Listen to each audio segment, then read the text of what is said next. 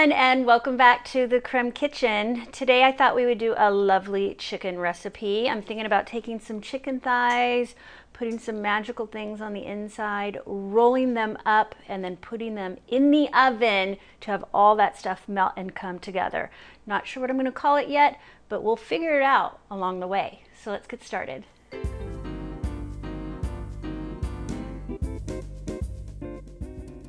Back when I lived in Kansas City, we had a favorite Italian restaurant, and they had these chicken on skewer, which in Italian is chicken spadini. I think I'm saying that right. Anyway, it was my favorite thing on the menu, and I'm kind of using that as my starting point, but I'm not going to skewer it and grill it. I'm going to take chicken thighs, coat it in this lovely breadcrumb mixture, and then stuff it with some salami and provolone cheese. I have here a 20-ounce. It looks like there's 5 chicken thighs. They're boneless and they're skinless. You know what? I'm going to do 8. No, I'll do 10. Hold on. You keep going up. For recipe's sake, Just do it and then not worry about it? Sure. Okay. All right, so I'm going to start with my boneless, skinless thighs. I'm going to get them out of the package. I'm going to put them in a Ziploc, and I'm just going to beat the mercy out of them. I love using chicken thighs. I think that you cannot go wrong. They don't overcook. They have so much flavor. I suppose you could do this with chicken breasts too. I gotta live on the edge though. I can't do everything like everyone else. Chicken breasts, come on. I got my chicken all pounded out, getting it in a Ziploc bag, and I'm gonna pour some wine over it. For this many chicken thighs, which we have here about 8 to 10, I'll use about a cup of wine, and I'll show you what wine I'm gonna use. It's a lovely white called Snitch. Look at that label, Prisoner Wine Company. They have the best labels. And with a cup, that'll ensure that you have more later to drink. Cup of wine in, and I'll do 4 garlic cloves. We like lots of garlic, don't we?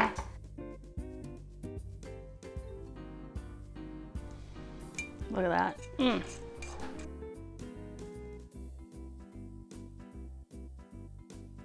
All right, got the bag all sealed up. Give your chicken a little bit of a massage, thigh massage. Yeah. We're gonna set this aside for a minimum of 30 minutes.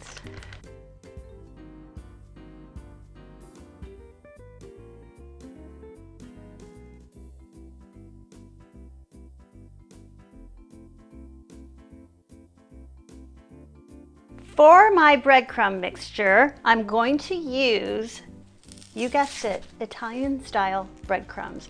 There is a time and a place to use these. There's also a time and a place to use Parmesan cheese like this, pre-grated, okay? This would be the time. It's a perfect combination for an easy coating to this chicken. I'm gonna use 1/3 cup of the Parmesan cheese and 1.5 cups of our breadcrumbs.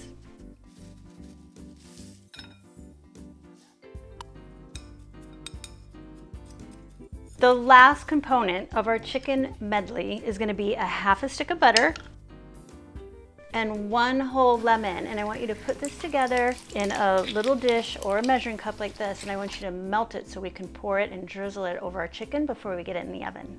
Our chicken has marinated for about 40 minutes in our wine garlic mixture. So let's see if I can assemble these the way I have in my mind the past 24 hours, so we'll see. Then you get your salami and your piece of cheese, and then you roll. Start on the more narrow end when you roll, and you secure with a toothpick, okay?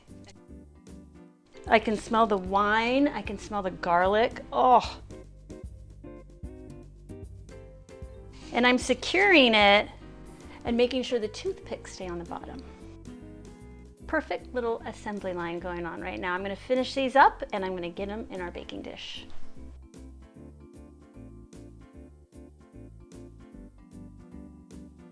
Okay, I got my last chicken in our baking dish and I have them nice and nestled in. I want you to make sure they're nestled in like this, see? If you have some extra breadcrumbs like I do, please put them on top. Just sprinkle them like this. You don't have to use all of them, but you want to have a nice crispy coating on the outside. Okay, we have our melted butter and our lemon juice. I'm going to give it a quick little whisk. And here's what we're going to do. Look at that. Okay, you guys, let's get these into my preheated 375-degree oven. We're going to wait till they're nice, ooey, gooey, golden brown, and crispy on the outside. The chicken is almost done, and I'm going to show you how we're going to serve this. It's pretty amazing. I'm going to start with a bowl of arugula. Washed arugula, and all we're going to do with this is drizzle some olive oil and fresh lemon juice on top and season it with just a little bit of salt and pepper. And we're just going to give this a little toss. All right, we've got this all pretty much taken care of, and I'm going to chop some of this flat leaf Italian parsley up.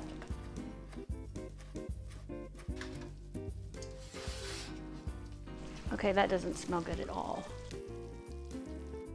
Little bit of arugula here.